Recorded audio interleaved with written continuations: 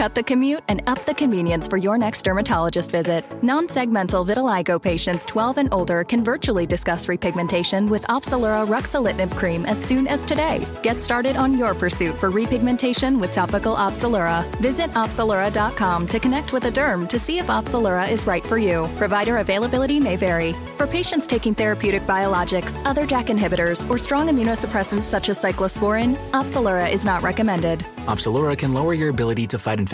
Tell your doctor if you have or had an infection, TB, hepatitis B or C, blood clots in your legs or lungs, heart attack, stroke, cancer, high cholesterol, are a smoker, or pregnant. Opzelura may cause serious lung infections, certain cancers, immune system problems, blood clots, and low blood cell counts. Major cardiovascular events or death occurred in those 50 plus taking oral JAK inhibitors. The most common side effects were acne and itching where applied. Call 866-564-8484 to learn more about prescription Opzelura for non-segmental vitiligo. Billy Bob Thornton stars in Landman, the newest series from Taylor Sheridan with Demi Moore and John Hamm. Landman is a modern tale of fortune-seeking in the world of West Texas oil. Stream it now exclusively on Paramount+. Head to ParamountPlus.com to watch now. Whether you're making the same breakfast that you have every day or baking a cake for an extra special day, eggs are a staple in our diets. Eggland's best eggs are nutritionally superior to ordinary eggs, containing more vitamins and 25% less saturated fat. Not only are they better for you, but Eggland's best eggs taste better too. There's a reason that they're America's #1 eggs. Visit egglandsbest.com for additional information and delicious recipes. Ready to start talking to your kids about financial literacy? Meet Greenlight, the debit card and money app that teaches kids and teens how to earn, save, spend wisely, and invest with your guardrails in place. With Greenlight, you can set up chores, automate allowance, and keep an eye on your kids' spending with real-time notifications. Join millions of parents and kids building healthy financial habits together on Greenlight. Sign up for Greenlight today at greenlight.com/podcast. Welcome to our paranormal afterlife.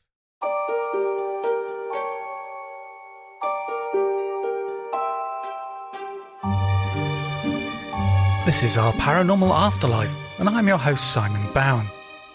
This week I'm talking to Louisa Peck about her book, Die Hard Atheist, From NDE Denier to Full-On Woo-Woo, Against My Will. Louisa had a near-death experience after having an overdose in a Manhattan nightclub, and you can enjoy the extended version of this episode ad-free, along with over 100 hours of extended episodes on Patreon. Hi Louisa, thanks a lot for coming on the podcast. Thanks for having me, Simon. So we're going to be talking about your book. It's called Die Hard Atheist, From NDE Denier to Full-On Woo-Woo, Against My Will. You say Die Hard Atheist, so just how much of an atheist were you? I was so committed to being an atheist and so committed to materialism. First of all, my father had been force-fed Catholicism, and he had had a huge resentment against religion that he started inculcating me with that resentment before I can even remember. But I do remember being very young and him explaining that religion was a crutch for people who were afraid of living and could not explain natural phenomenon. So I looked down on it from the beginning, and the older I got, the more I substantiated his view. I studied philosophy, and I would write these big, long-winded papers about how there was no God. And I was also an alcoholic, as you know. And a kind of an alcoholic creed is, screw it, nothing matters. And that was my view of life. You had this near-death experience. Before we talk about what happened with your near-death experience, was it that afterwards, and for a few years, you kind of not dismissed it, but kind of ignored it and carried on as an atheist? Yes. So I had this moment the day following the near-death experience when I realized I had to decide, was this real or was this a hallucination? And you can know things deep down in your heart, know that it was real, but I just could not accept it. I knew deep down that the experience had been real because I had never experienced anything like that. But if it were real, it followed to me logically that I would have to change my entire life. You look at how loath people are to change their politics. Think how loath I was to change my entire view of life. I just was like, can't do that. So it must have been a hallucination. It must have been a brain shutting down phenomenon. It was not any of it real. So I went on like that.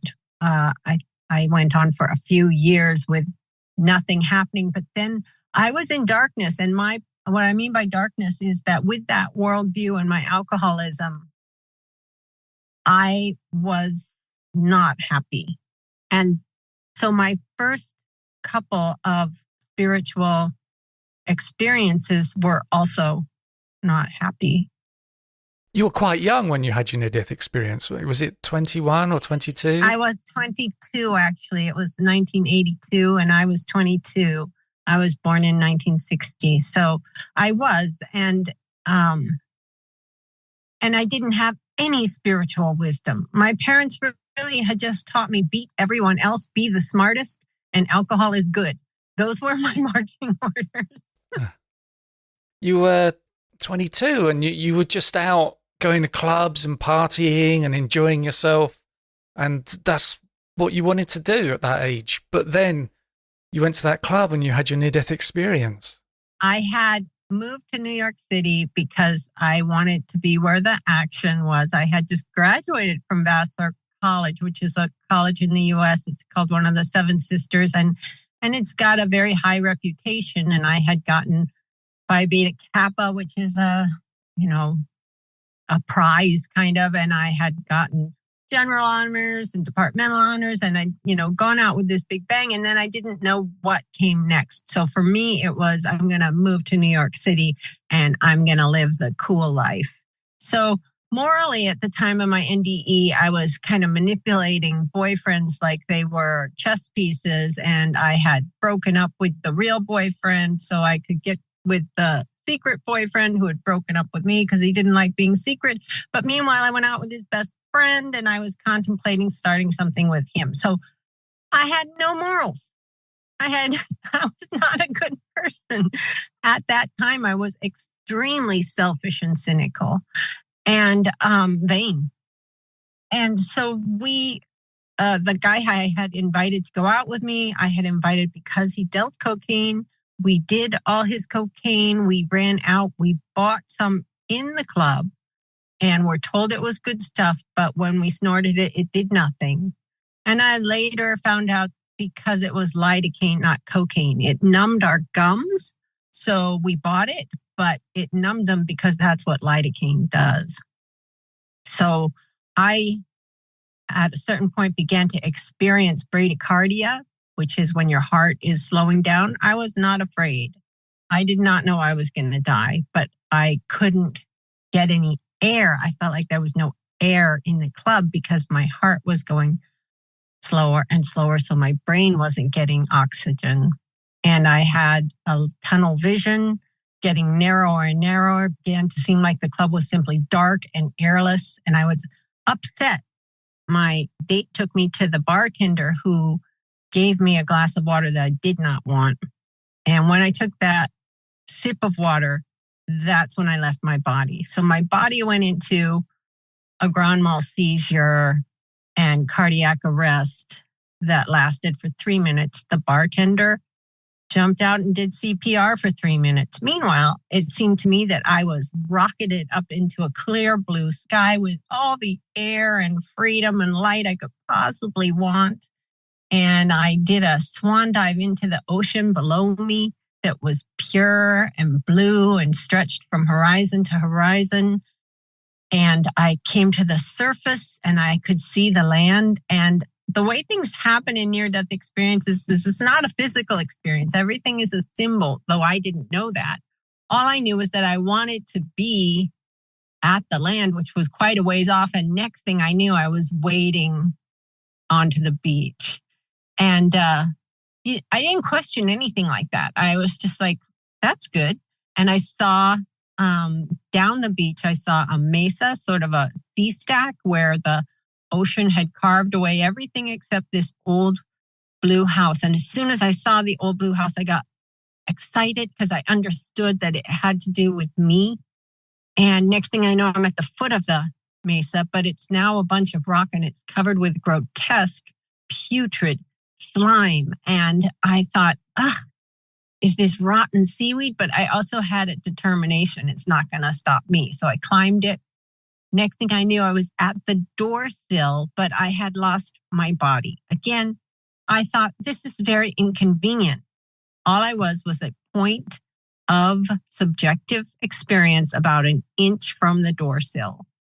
And I just thought, this is not going to stop me. As soon as I crossed the door sill, just that point of subjective vision moving forward, as soon as I crossed over, I knew this was the house of my ancestors. I was very close range with the floor, so I could see that the floorboards were super old and they were worn almost to powder. And I kind of not powder, but I don't know, there's something velvety that happens to wood if it gets worn enough. And I knew this had been crossed by all my ancestors, everyone back to the beginning of, I didn't think about it, but I just knew we all crossed. And now it's my turn. And I was excited. And I began to feel my ancestors all around me. So I felt them as a group being really excited that I was going to join them. But especially I felt my paternal grandfather who died before I was born. I never got to meet him. I had only known him as a picture, black and white photo with my grandmother in my father's closet because my mom didn't like them out in the house. And I can just tell you, some people care about their ancestors. Some people really love their grandparents and wish they knew their great grandparents. And I did not give a rat's ass. I did not care about anything to do with these people when I was a 22-year-old tour. On the other side, my spirit was just rejoicing, just so excited to be joining them. So I didn't bring the baggage of my personality with me. What I brought was excitement, wonder, and a can-do kind of determination to experience what was here. I did not bring any memory of being Louisa. I left that when I first left my body. I remember thinking, thank goodness that nonsense is over with, because it was not good.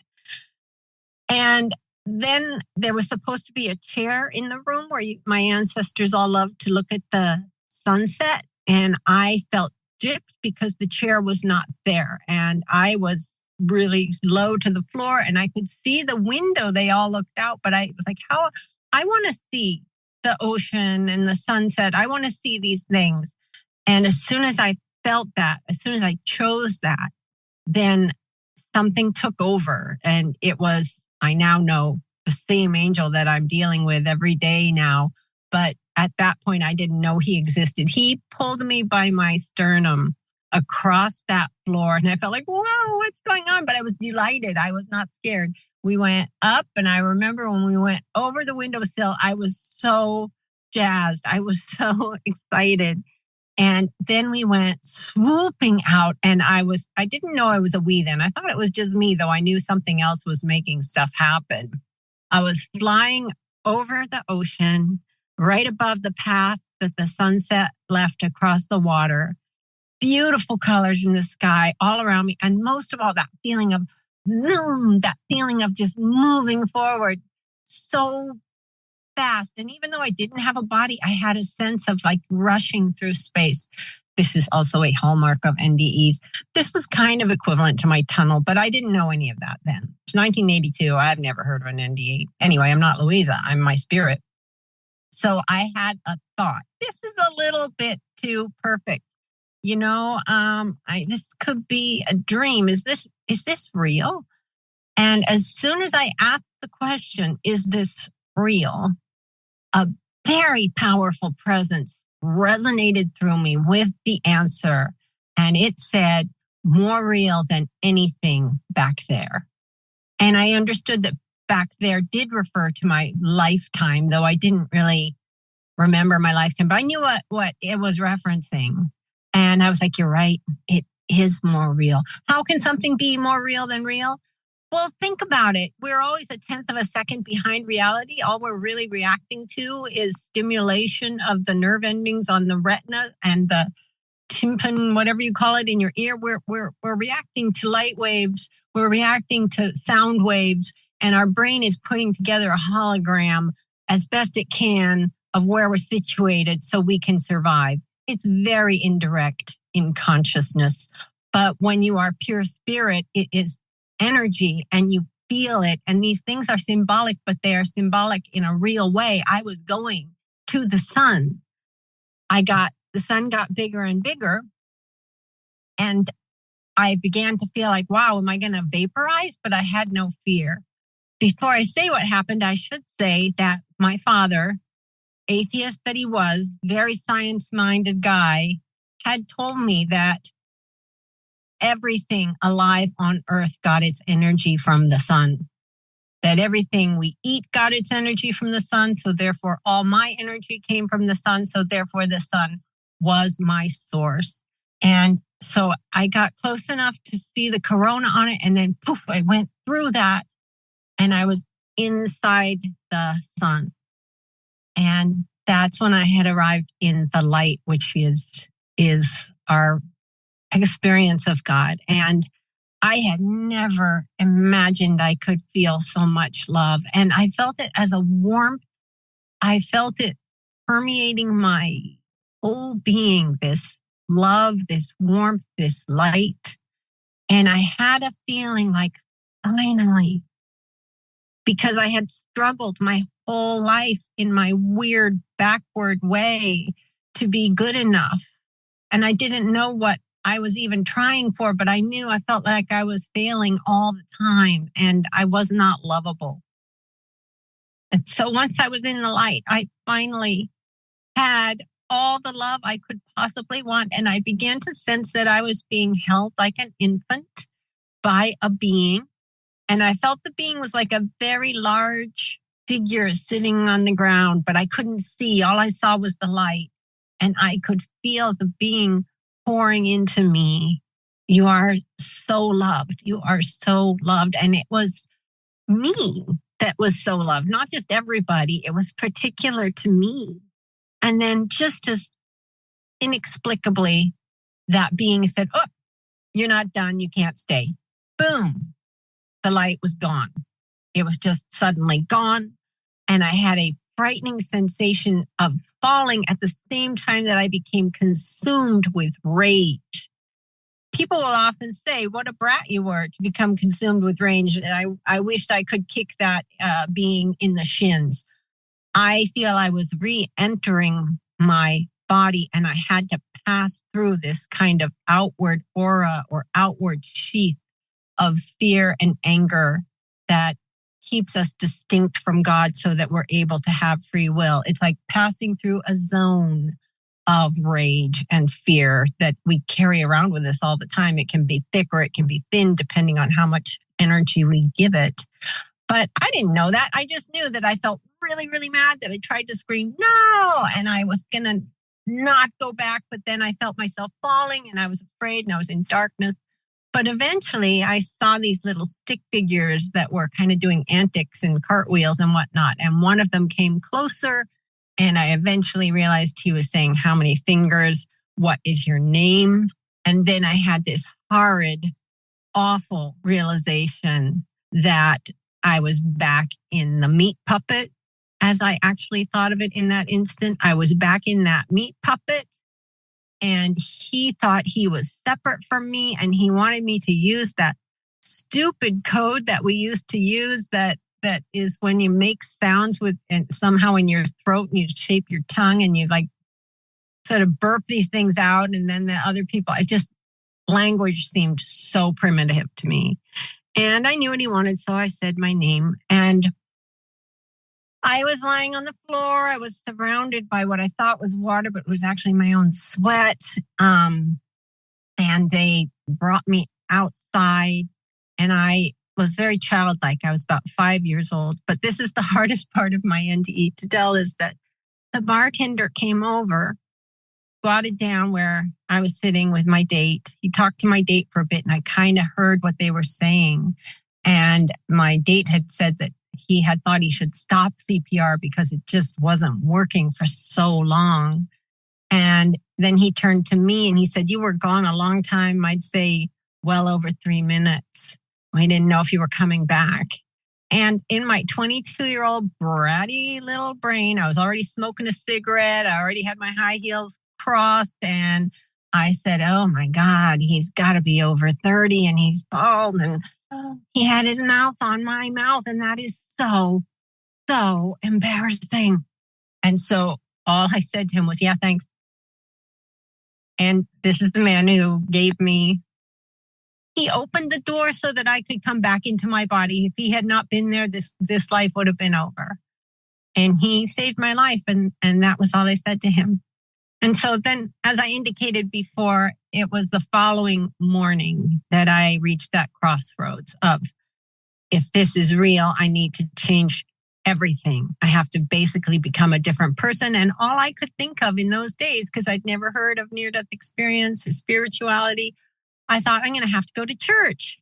And I don't want to go to church. And I had this image of myself as like a churchy little, I don't know if anybody remembers the show, Patty Duke's good cousin. And I was going to be like, talking to the pastor and the other Patty Duke girls. And I was just like, screw that. No, I am a badass and I am going to continue to live as one. So I'm just going to put all this stuff aside and go on drinking. Cut the commute and up the convenience for your next dermatologist visit. Non-segmental vitiligo patients 12 and older can virtually discuss repigmentation with Opzelura ruxolitinib cream as soon as today. Get started on your pursuit for repigmentation with topical Opzelura. Visit Opzelura.com to connect with a derm to see if Opzelura is right for you. Provider availability may vary. For patients taking therapeutic biologics, other JAK inhibitors, or strong immunosuppressants such as cyclosporin, Opzelura is not recommended. Opzelura can lower your ability to fight infections. Tell your doctor if you have or had an infection, TB, hepatitis B or C, blood clots in your legs or lungs, heart attack, stroke, cancer, high cholesterol, are a smoker, or pregnant. Opzelura may cause serious lung infections, certain cancers, immune system problems, blood clots, and low blood cell counts. Major cardiovascular events or death occurred in those 50 plus taking oral JAK inhibitors. The most common side effects were acne and itching where applied.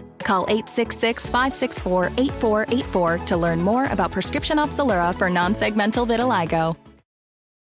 Whether you're making the same breakfast that you have every day or baking a cake for an extra special day, eggs are a staple in our diets. Eggland's Best Eggs are nutritionally superior to ordinary eggs, containing more vitamins and 25% less saturated fat.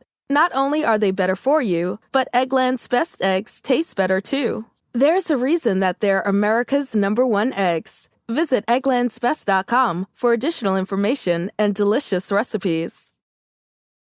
This Thanksgiving, Target makes hosting easy with our lowest prices of the season. Like Good and Gather premium turkey for 79 cents a pound and quality green beans for only 55 cents. Save more on hosting. Happier holidays from Target. Restrictions apply. Did you know that parents rank financial literacy as the #1 most difficult life skill to teach? Meet Greenlight, the debit card and money app for families. With Greenlight, you can set up chores, automate allowance, and keep an eye on your kids' spending with real-time notifications. Kids learn to earn, save, and spend wisely. And parents can rest easy knowing their kids are learning about money with guardrails in place. Sign up for Greenlight today at greenlight.com/podcast. One of the things I think you said in the book is that you felt that blue house was a way station and not the destination. Mm-hmm. And there's one thing I've wondered about near-death experiences, if that's what they all are. In some way, it's not the real afterlife. It's like a place where you go to experience the near-death experience. I'm going to have to talk about my understanding of things, which I have gotten from the community of near-death experiencers and people whom I trust. They talk about levels of vibration. I don't know myself anything about levels of vibration, but I feel that we pass through sort of different, I can't think of Swedenborg. Doesn't he have different realms of heaven?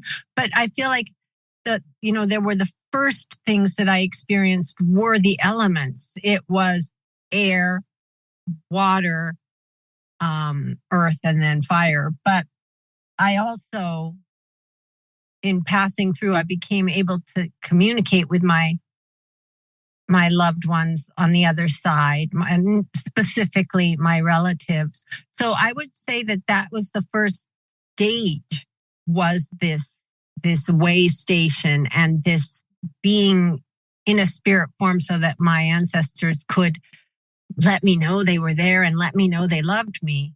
But then when I went over the ocean, that was like the tunnel, because many people in the tunnel feel that same sensation of moving forward. And it's when you're accelerating to a higher vibration, which is the sort of the apex of my experience, was in the sun with the angel.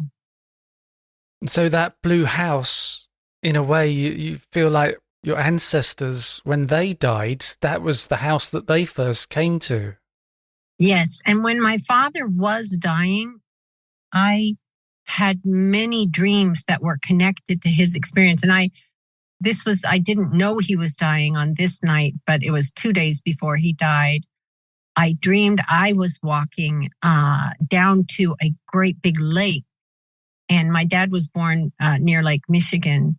And the house was on the hill above me. And a woman came out from the old blue house and said, "Have you seen my little boy?" It was my grandmother. I didn't really recognize her, but she had on this sort of dated gingham outfit. And now I know it was my grandmother. And I said, I did see him. I'm getting confused about the dream, but I guess it was just before then. I had seen a little boy being led up from the lake toward the house by a man I thought was Jamaican. And I spoke to the Jamaican man a little, and he's like, "Yes, we're going to the house." And so then when I rushed to my father later, the man taking care of him was Fijian. And I had not known that. But anyway, I would say that my father was heading to the same way station that in my imagery is an old blue house. He might experience it as a whole different place. He might experience it as Penn Station, because, nothing is physical. But it was a sense of this is a place we all enter the other side through. I was interested when you said that when you came back, you there's like, maybe it was the bartender who was asking your name and how many fingers. Mm-hmm. And you thought to yourself, he thinks we're separate. Mm-hmm. You had such a connection in the near-death experience. Yes, because the only being I interacted with directly was my angel, but that was telepathic, and telepathic communication seemed completely normal and natural. And same as the telepathic welcomings from my ancestors. So when I was back, it kind of surprises me that I knew that this was very primitive. When people want to hear from their spirit, their loved ones who have left, they expect their loved ones to be able to communicate with them in the language of their preference, with the accent of their preference, the same things we form with our vocal cords and tongue. And that's not how it works. It's knowings that we get on this side, because they can only communicate telepathically, most of them. Yeah, I think I know what you mean. It's almost like we can transmit like an understanding very quickly. I could say 2 words and it would bring so much understanding. It's like if I just said Star Wars, you know what that all means, and all the films, and whether you like them or not, and who the stars were. Yeah. And I've communicated in the more recent years, in 2019 with my father, and then just last summer with my boyfriend who died. And when you know someone really, really well, and they say to you something like the back door, and you say, they're going to say, yeah, the back door is broken and we need to call a repair person. And I mean, you know what they were going to say. And, maybe you let them say it, maybe you jump ahead, but this is how it was when I've communicated with them, that they would give me a whole thought at once. And I would just be like, received. I know, I get it. And then I would send them a whole thought and feeling at once. And I could sense that they got it. And you kind of left Louisa behind when you went into the near-death experience. Completely. I just felt it was the biggest bunch of nonsense. Yeah, because in the book you sort of say Louisa was like a silly undertaking that you had done. Yeah, I felt like, well, I tried that and it kind of didn't work. And I'm just as glad to leave it behind. That's what I thought. So there's symbolism in your near-death experience. You kind of saw these different things that happened as symbols of something. Mm-hmm. The sun was definitely my symbol for God. If I had seen Jesus, if I had seen any other spiritual being, it would have just scared the pants off me, right? And what we're given is what gives us the sense of joy. And for me, the sun, I did feel is the generator of energy and therefore the generator of life and therefore the giver of life. And so symbolically, it was my source. So somebody else might see Jesus or whatever else they think of as their source. But that's what I was returning. I was going home. And then there was it part of the beach was a symbol for something? And all I know is that that all those elements were there. And another Chinese element is wood, because the wood of the floor was also very prominent. But I feel that these elements sort of are touchstones of our reality here. And I was passing through each one toward that other realm of being. So I wanted to talk to you about the ghost. Can you describe the ghost? What happened there? Wow, that was out of the blue. Out of the blue. So again, I'm in a very bad moral situation. I've married the secret boyfriend, but I'm in love with my coworker, the aerobics instructor, young Chinese. I was head over heels about her. And we went to overnight party at Gloucester, which is near Cape Cod. And it's very old. I mean, as old as the U.S. can be, right? We're not very old, but anyway, it's an old seaport. And I did not believe in ghosts at all, but I was jealous of her and her boyfriend, couldn't sleep, got up really early in the morning. There was a terrible storm going on, just pelting the windows. And I thought, I'm going to be King Lear and I'm going to go out and rage against fate that I don't have my girlfriend. Because that's what I was like. And at this point, I'm 26 years old, maybe 27. And so I went out to rage against the elements. As soon as I went outside and the first gust of wind and rain hit me in the face, I thought, maybe this isn't such a good idea because it's tense. But I was like, no, I'm going to do it. So I went down to the ocean and I was busy raging against fate. Couldn't see anything. And then ahead of me, I don't know, about maybe 200 feet, I see this guy come out of a bog, come out of a sort of a backwater swamp, coming up over the dunes. There's no houses there. There's no nothing. And I thought, what was he bird watching? He doesn't have any binoculars besides the crazy storm. What's he up to? So I'm looking at him and I'm realizing, man, that raincoat is not nylon. That is old-fashioned Macintosh. I can tell by the way it moves. He looked just like a fish sticks guy. He had on the yellow hat. He had on the yellow coat. He had on the black boots. And he was walking straight toward the water. And he was looking out as though he could see. And what he saw pained him. He was looking for something and it was not there. I didn't know that then. I knew then that he was staring at where the horizon would be if we had not been in the middle of a horrible storm, so there was no horizon. So I made up my mind because this was the era of Madonna and I bought a lot of vintage clothes and I just wanted to ask him like, hey, where'd you get that really cool vintage rain gear? And I thought about him, I'll say this, I'll say that. He's getting closer and closer. I'm like, no, he does not look chatty. No, he does not look like he's going to want to talk. He looks very upset. So in fact, he crossed right in front of me And I said to him, how's it going? And I thought I saw one of his bloodshot eyes move just a little bit.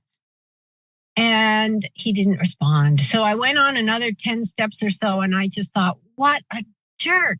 Is he too cool to say hi? And so I turned around and he was not there. And after watching did he throw himself in the waves? After going through every possible explanation for how he disappeared, I went back and mine were the only tracks on the beach.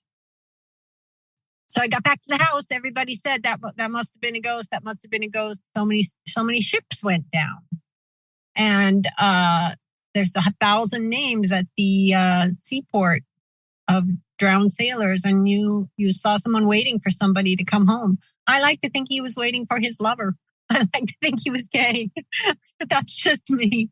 In any case, he was devastated about something. And so his very unhappy energy and my very unhappy energy, I'm foiled by life. This girl I like doesn't, is with a boyfriend. I was in the same wavelength as him. And so that's why I saw him. I've seen one other ghost since, but that was definitely the most detail I've ever seen.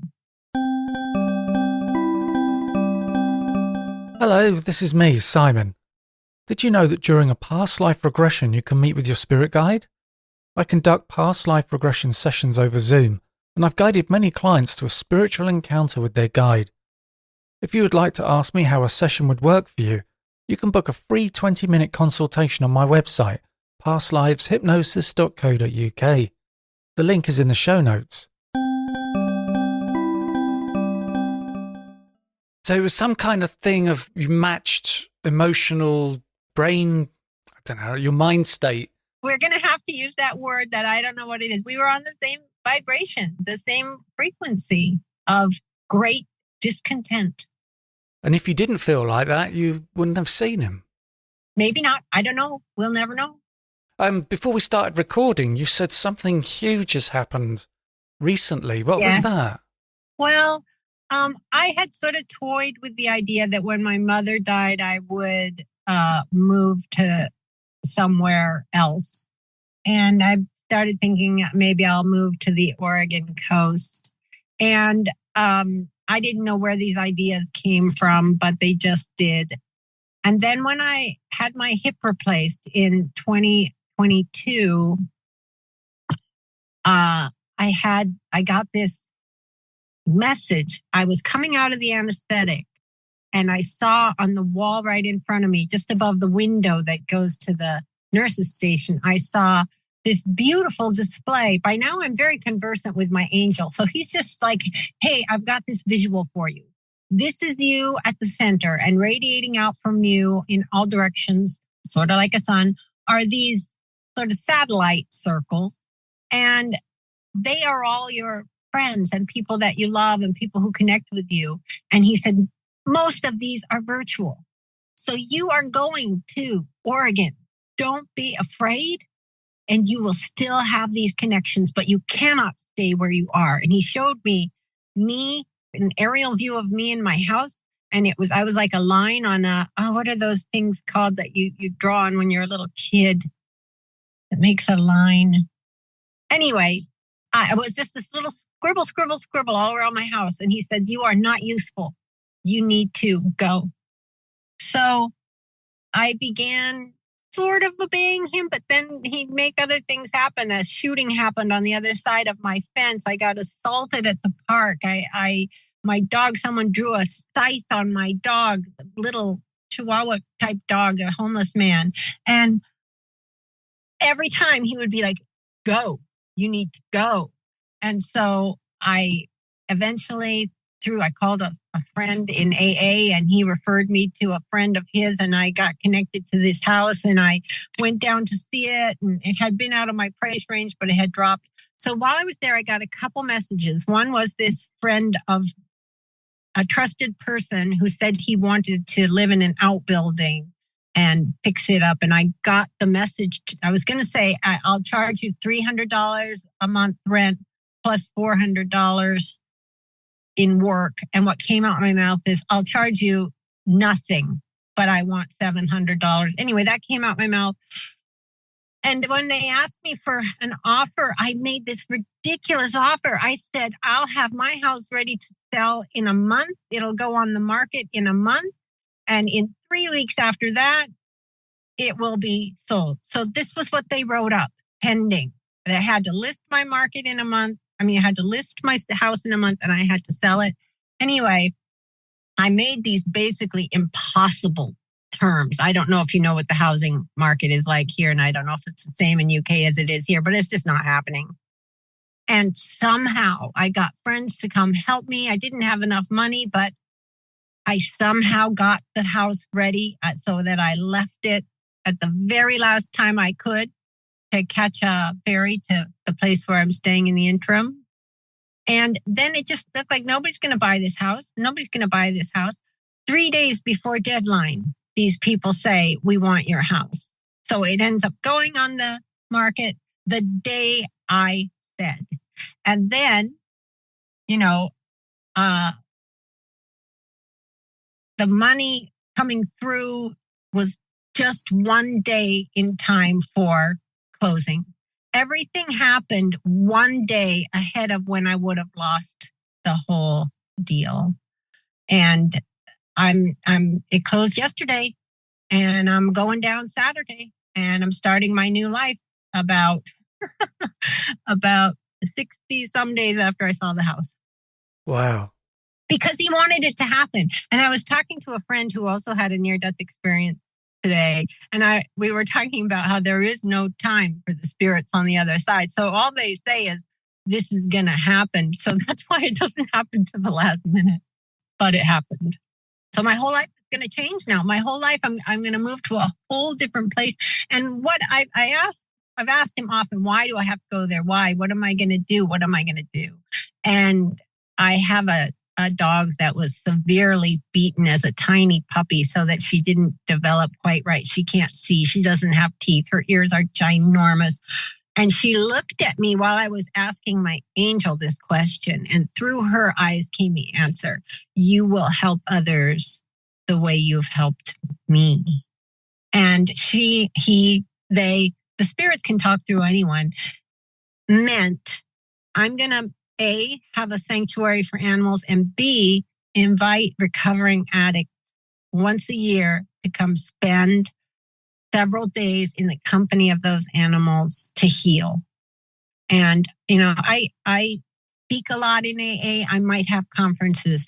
I don't know exactly what he wants me to do, but I know he wants me to heal other people and animals with the love that is now so powerful in my life. With these different experiences that you have, that you talk about in the book, some of them came to you before you accepted the reality of your near-death experience. Mm-hmm. And I was wondering if perhaps the spirit world were maybe targeting you, saying, we give her another experience. She'll get it eventually. Well, the book is very clear. It has a genuine plot because I'm just saying no. And these experiences keep happening. And the big one is the one that got me sober. I drove home just raging drunk. I was so drunk and I came to this place where the road narrowed and I was at that point pretty suicidal. So I was not going to slow down from my 80 miles an hour. You got to see me smoking, drunk, blasting music and driving at night after people have taken my keys away and I have taken them back when they left me, driving through this place where the road narrows and just thinking, I don't care what happens. I got home, I got out of my car. I said to myself, I'm kind of holding on to the car because I can't stand and I'm looking up at the starry night. And I think I am such a badass when I drive drunk.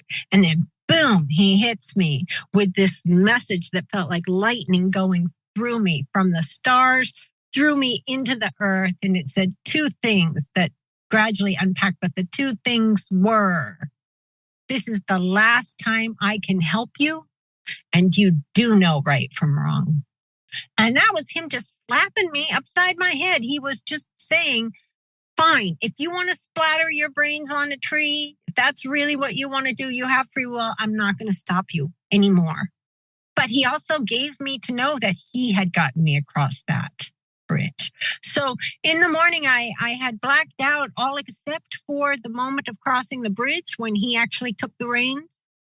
And that's why spirit memories are, I know now that when spirit is with me, it's going to make an indelible memory. So I remember that, and I remember getting hit by the lightning, but I don't remember. And when I woke up in the morning, I do know that I had made a huge mess with the oatmeal and leaving the milk out and just doing things that drunk people do. But that moment of crossing the bridge and that moment of receiving that shocking news is still crystal clear. And it took me a month, but I went to my first AA meeting, January 29th, 1995, and I have not had a drink since. And not only being sober, but being led into AA and learning from the old timers in AA what I never learned from my parents about integrity, honesty, usefulness, giving love to others who don't look real good right now. And I have helped maybe 100 women get sober, and I don't know how many people I've helped by speaking. Sometimes people will come up to me and say, you said something at this speaker meeting, in 2003, and it changed my life. And I don't know what these things are because I'm being led, but they got me on the right track then. And since 1995, it's just gotten better and better and better. And then once I started praying, I opened up an avenue for him to talk to me. And then once that was open, eventually it became possible to speak to my dead father and get interrupted by my dead boyfriend. So he said to you, this is the last time I can help you, and you do know right from wrong.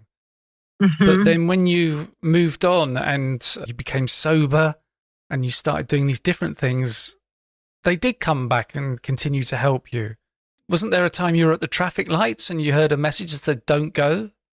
Correct. Yeah, I think it's 99% Ignacio. That's what I call my angel. I don't know how many spirits I have, but he's the one that's got the direct line to my consciousness.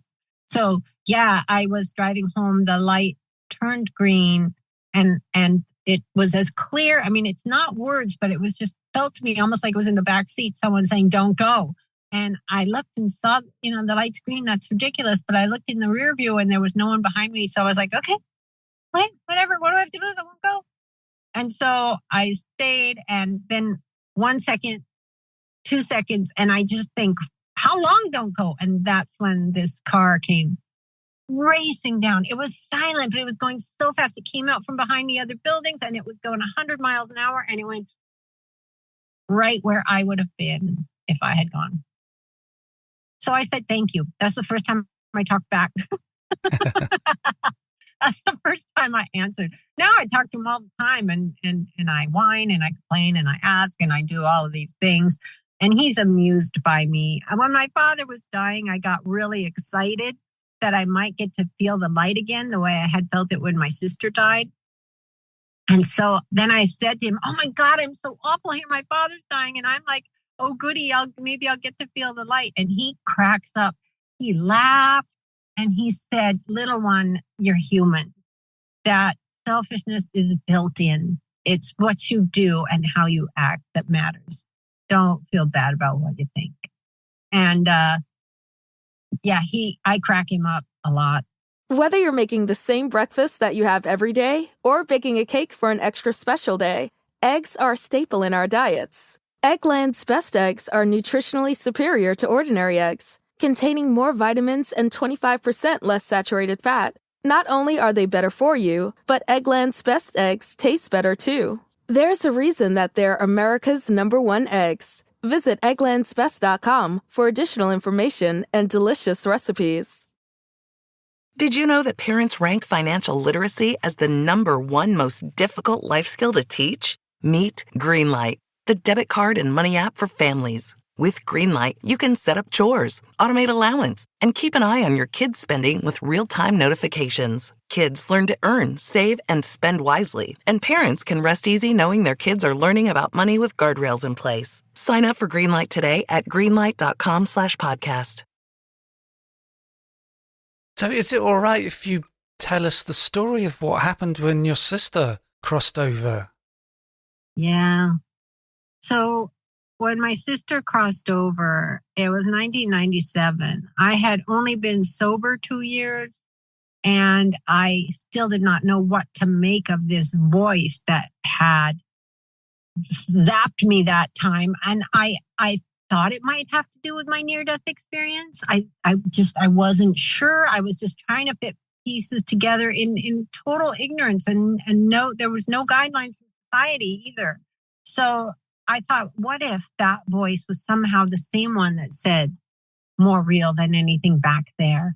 And it began to talk to me. I was sitting, my sister was dying from metastasized breast cancer, and it had spread to her bones, and they had very ill-advisedly given her a hip replacement, because the cancer had rotted away her hip. So she could not survive that surgery. She'd also anyway, I was in the room. They had told us she had 2 weeks to live. We were spending the night, my brother and I, and it was just a little while before dawn, I would say, that the voice started saying, go tell her about the light. You need to tell her about the light she's going to cross. I felt these spirits. I didn't know what they were. I felt the light is what I called it to myself. I could feel the light seeping in through the window of her hospital room, kind of traveling over the floor like a fog, and then pooling over her body like just a million little stars. And I sort of understood that it was a million spirits, and they were generating, they were spinning, they were getting ready to cross her over. But something was the matter. She had said to my sister the night before, dying of cancer at 41 is the biggest diss God can give you. And she had said to me a few weeks before on the phone, when I'm out on the morphine, people think I can't hear anything. They think I'm not conscious, but I hear every word. And so what does my angel do? He gives me these two memories. He's like, do you see these pieces?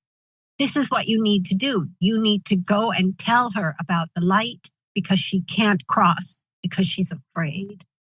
And so I was like, no, that's not real. That's not real. What is it? No, I'd open my eyes. I didn't see any light. I was just like, no, they said 2 weeks. She's not dying. She's not dying.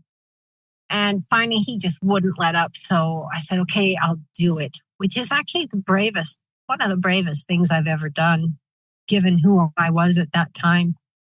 So I got up and I went and I knelt by her bed and I said close to her ear, she was Catholic.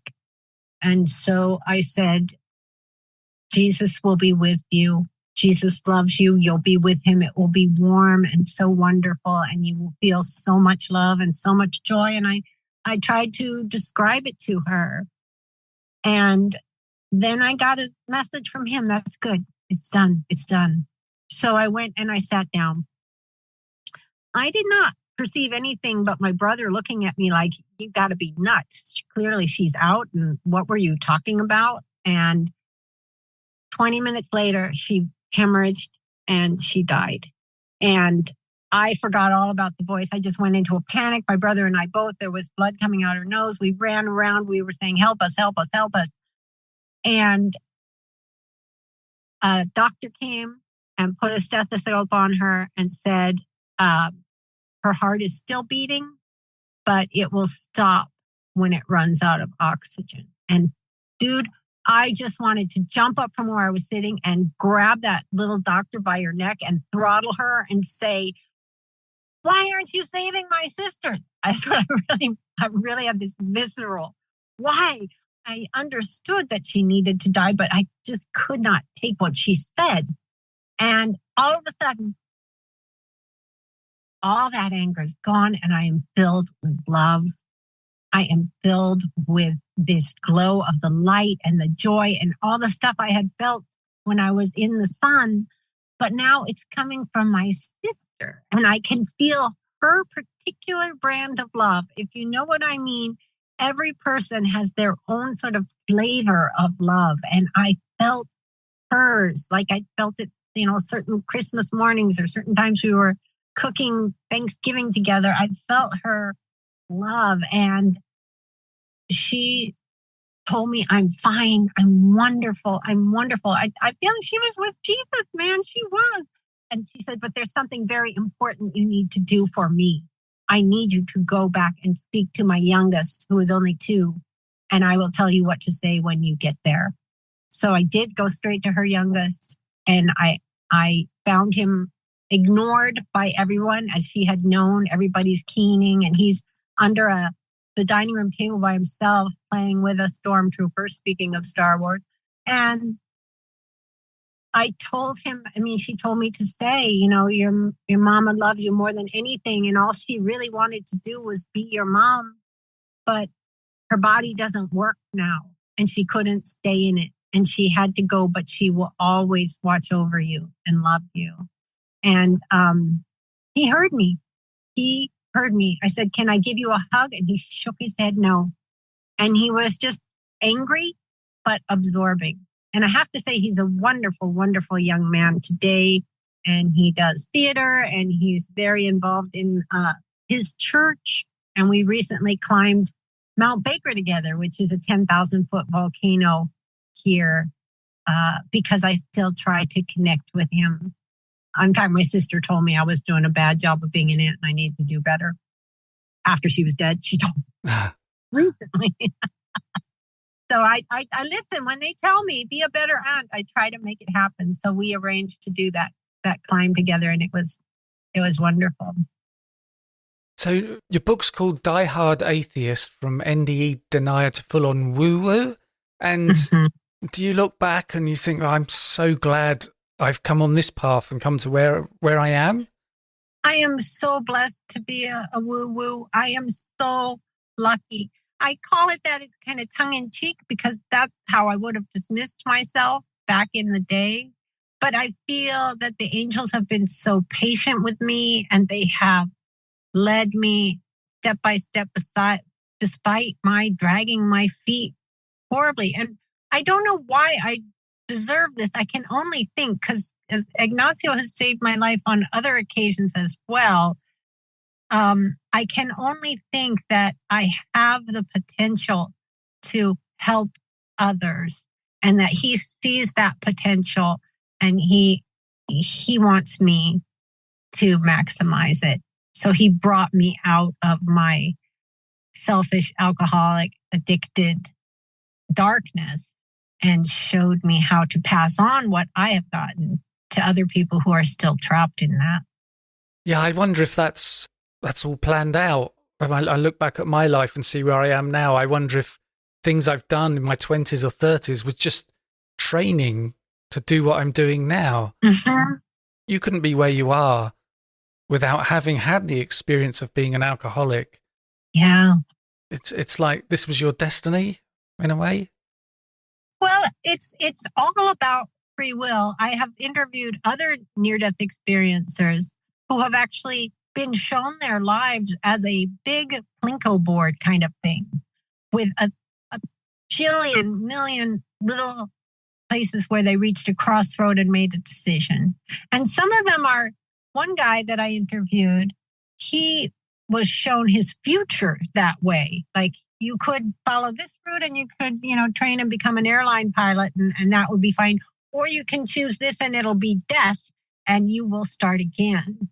And he saw the whole thing and he saw that these were all possibilities leading from where he was now, which was, in a near dying state. And he said to God, I don't know why death is even in there. The only future I'm going to have is I'm going to get up from this rock and I'm going to go get help. And then he passed out on the sand and what do you call that? Aspirated and died more. But I like his image of this stretch in front of us of so many choices, and each one has bearing on where we end up. But they are free will. It's not destiny. It's free will. Yeah, but it's been great talking to you. Thanks a lot for coming on the podcast. Thanks so much for having me. The book has a lot more in it, and I am told it's entertaining. I read so much of it and I got so many questions, but we don't give it all away because we want people to buy the book. That's right. That's right. Yeah, no, it's definitely a story of how I got from the darkness to a place of light and happiness. Yeah, so again, it's called Die Hard Atheist, from NDE Denier to Full-on Woo-Woo, Against My Will. And do you like that cover? I painted that when I was very drunk. Oh, it does look like some kind of modern art thing. Yeah, no, that was when I was married and unhappy, and I was trying to say all of the restlessness. I tried to put all that into my back. But I feel it works as a cover because the face is sort of like the denier, and the back is full of all this color that could represent these wonderful and terrible and all these spiritual experiences that I was having. I'm just looking at it right now. So people can get that on Amazon, and I'll put the link in the show notes. Yes. And they can contact me. I'll give them an email address, and they can contact me. And it might take me a long time, but I will write back. Great, thank you. And thanks again for coming on the podcast. Thanks for having me, Simon. It was lots of fun. So this week I was talking to Louisa Peck about her book, Die Hard Atheist, From NDE Denier to Full-on Woo-Woo, Against My Will. And if you want to hear the rest of this amazing interview, you can sign up to Patreon. When you sign up for $6 a month, you get an extended episode every week. And for $3 a month, you get an extended episode every month. The Patreon episodes are ad-free and are released 2 days before the free versions. And please check out my other podcast. It's called the Alien UFO Podcast, and I release new episodes every Monday, and you can find it on almost every podcast app. I also have a tier in the Our Paranormal Afterlife Patreon campaign, where for $13.50 a month, you can get the Alien UFO Podcast extended episodes every week, as well as the Our Paranormal Afterlife extended episodes. And including the Alien UFO Podcast episodes, there are now much more than 100 extended episodes available in the back catalogue. And you can become a patron by going to patreon.com/Our Paranormal Afterlife, or click on the Patreon button on my homepage at pastliveshypnosis.co.uk. The links are in the show notes.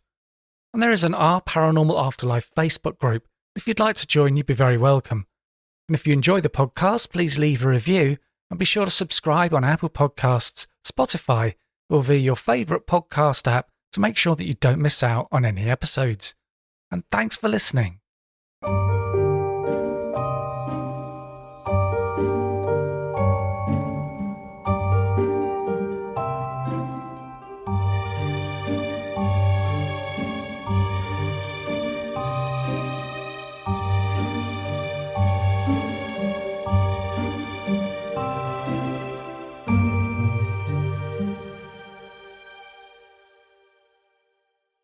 Whether you're making the same breakfast that you have every day or baking a cake for an extra special day, eggs are a staple in our diets. Eggland's best eggs are nutritionally superior to ordinary eggs, containing more vitamins and 25% less saturated fat. Not only are they better for you, but Eggland's best eggs taste better too. There's a reason that they're America's #1 eggs. Visit egglandsbest.com for additional information and delicious recipes. Ready to start talking to your kids about financial literacy? Meet Greenlight, the debit card and money app that teaches kids and teens how to earn, save, spend wisely, and invest with your guardrails in place. With Greenlight, you can set up chores, automate allowance, and keep an eye on your kids' spending with real-time notifications. Join millions of parents and kids building healthy financial habits together on Greenlight. Sign up for Greenlight today at greenlight.com/podcast.